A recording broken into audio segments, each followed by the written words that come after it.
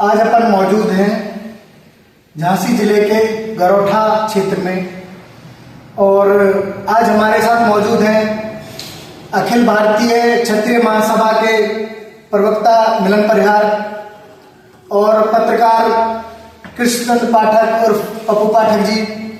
और आज हम इनसे चर्चा करेंगे कि जो हमारे झांसी जिले के निकटतम सीमावर्ती क्षेत्र जिला जालौन में एक छोटी बच्ची जो अपना एग्जाम देकर घर वापस लौट रही थी और उसके साथ महज अपने ग्राम से कुछ किलोमीटर की दूरी पर, कुछ भी नहीं कह सकते, 1 या 1.5 किलोमीटर की दूरी पर एक घटना हुई है।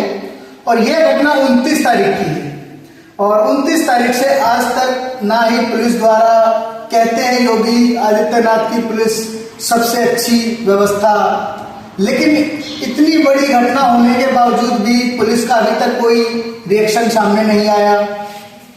तो आज हम बात करेंगे, इसी पर चर्चा करेंगे मिलन परिहार जी से। मिलन परिहार जी, ये बताइए हमें, जो ये घटना हुई है, ये क्या नाम है, जालौन क्षेत्र में, तो इस पर आप क्या कहना चाहेंगे? पुलिस की कहां पर इसमें नाकामयाबी है? पहले तो मैं राजेश खटियाल जी को बधाई देता हूं कि इन्होंने इस मुद्दे को उठाने के लिए पहल की है। राजेश जी, हम बता दें, कहीं ना कहीं पुलिस की लाचारता मान लो इस चीज को। क्या है, पुलिस जो दिखती है वो होती नहीं है, जो उन्हें कार्य करना चाहिए वो करती नहीं है। आप देखें, एक बिटिया 19 साल की बिटिया बीए के पेपर देकर घर लौट रही थी, महज उसका गांव 2 किलोमीटर पास रह गया। क्योंकि आप जानते हैं कि कई गांव ऐसे हैं कि हमें पैदल जाना पड़ता, वहां नहीं चलते हैं, 2 किलोमीटर पास रह गया। एक बेटी जब रास्ते से गायब हो जाती है, परदन 6 बजे जाकर शाम को थाने में रिपोर्ट दर्ज कराती है, पुलिस गुमशुदगी की रिपोर्ट लिख लेती है, पर पुलिस द्वारा या कह लो कि मेहनत की गई, पर हम तो इस चीज को मानते हैं कि पुलिस द्वारा कोई मेहनत नहीं की गई। एक बिटिया 6 बजे शाम को गायब होती है, दूसरे दिन उसकी डेड बॉडी मिलती है। तो कहीं ना कहीं ये पुलिस की निरंतर लापरवाही है। हमारे प्रदेश के मुखिया योगी आदित्यनाथ जी कहते हैं कि हम अपराध को रोकने के लिए पूरा कार्य कर रहे हैं, पर उनके कार्य को पलीटा देने में लगेंगे पूरे जिले के अधिकारी।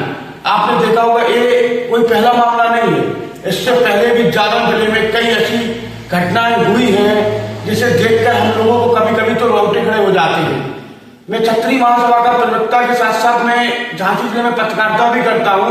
मैं निरंतर देखता हूं कि ऐसे कृत्य केवल पुलिस की लापरवाही के चलते होते हैं। जिस पुलिस को निरंतर गश्त करना चाहिए, जिस पुलिस को हर नाके चौराहे पे खड़ा होना चाहिए, पुलिस अपनी लापरवाही निरंतर तो जैसे कि इस बच्ची का नाम खुशी चौहान बताया जा रहा है, तो ये तो दिन की घटना, क्योंकि एग्जाम, जो बीए के एग्जाम चल रहे थे, तो ये तो दिन में चल रहे थे, तो ये दिन की घटना है। और पुलिस, अगर ये दिन में ही घटना, ऐसे अपराध होने लगे, तो फिर पुलिस कहां तक कामयाब है? हम आपको बता दें, अगर पुलिस अपनी कार्यप्रणाली के चलते इस बच्ची की जो गुमशुदगी की रिपोर्ट दर्ज कराई गई, उसके चलते उसको ढूंढने में लग जाती, तो शायद ये घटना नहीं होती। और एक पहलू हम उठाकर देखते हैं कि एक बिटिया पेपर दे के आती है, 19 साल की बच्ची, उनके पिता प्रधान ने आरोप लगाया कि बलात्कार भी हुआ है।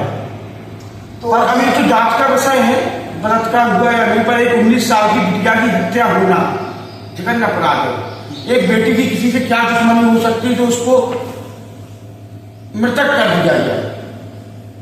अभी तो जांच का विषय पुलिस क्या करती, पर हम आपको बता दें, हमारे राष्ट्रीय अध्यक्ष सिंह परिहार द्वारा हम लोगों को निर्देशन किया गया है कि अगर 24 घंटे के अंदर आरोपियों को गिरफ्तार नहीं किया जाता है, उनका एनकाउंटर नहीं किया जाता है, तो क्षत्रिय महासभा जालौन जिले का घेराव करेगी और जालौन जिले में पहले तो शांतिपूर्ण धरना प्रदर्शन करेगी। अगर फिर भी पुलिस प्रशासन नहीं चेतता है तो एक खुली चेतावनी क्षत्रिय महासभा की कि आर पार की लड़ाई लड़ने के लिए हम लोग बाध्य हुए।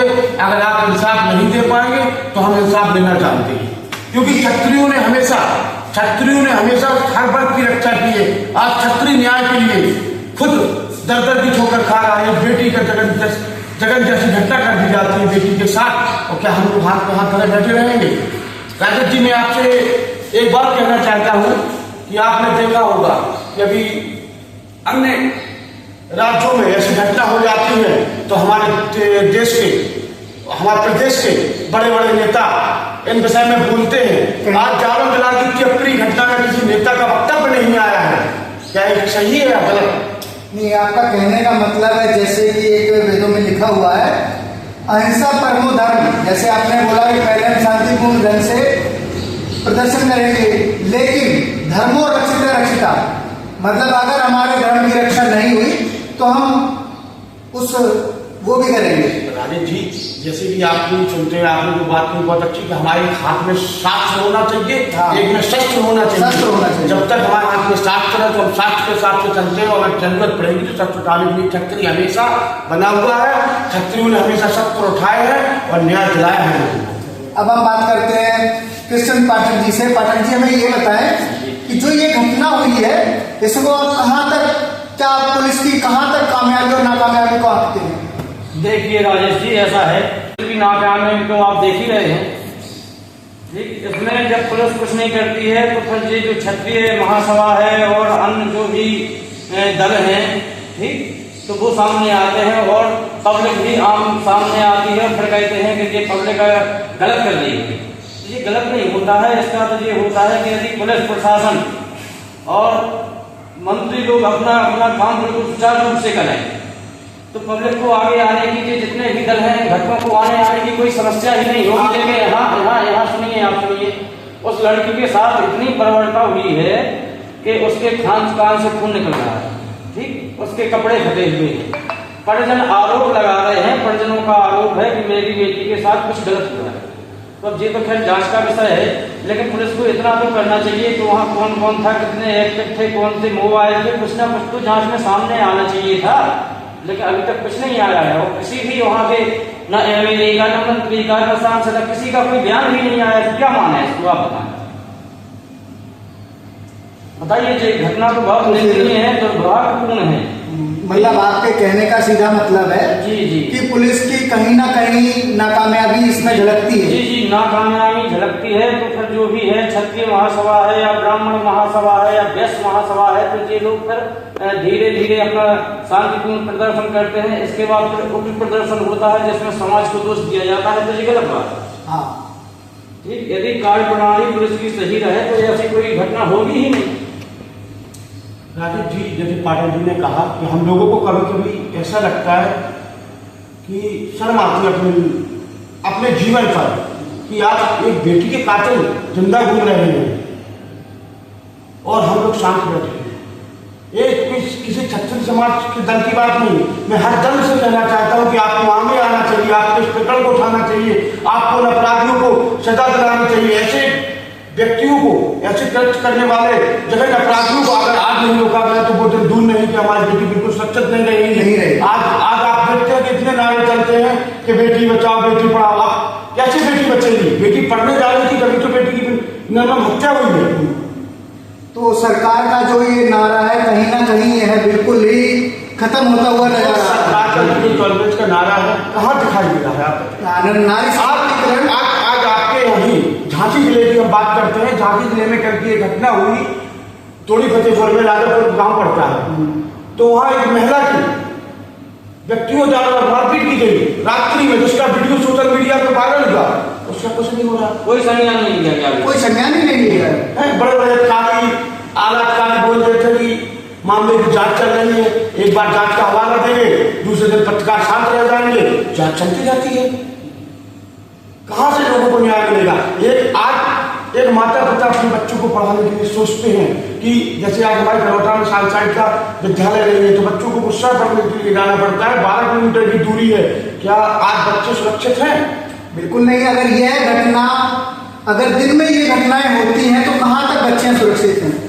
ये तो पुलिस की सीधी सीधी नाकामयाबी झलक रही है। देखिए राजेश जी, ऐसा है, यदि इसमें पुलिस कोई कार्रवाई नहीं करती है, शासन प्रशासन से कोई कुछ नहीं होता है, तो क्षत्रिय महासभा के साथ साथ हम सभी पत्रकार भी आंदोलन करेंगे, धरने पर बैठेंगे और जैसे उसको न्याय मिलेगा पीड़ित को अपना न्याय दिलवाएंगे। अच्छा, न्याय दिलाने का पूरा कार्य करेंगे। जी जी जी। एक्चुअली क्या है, अभी पाठक जी ने कहा बहुत अच्छी, और में कहना चाहिए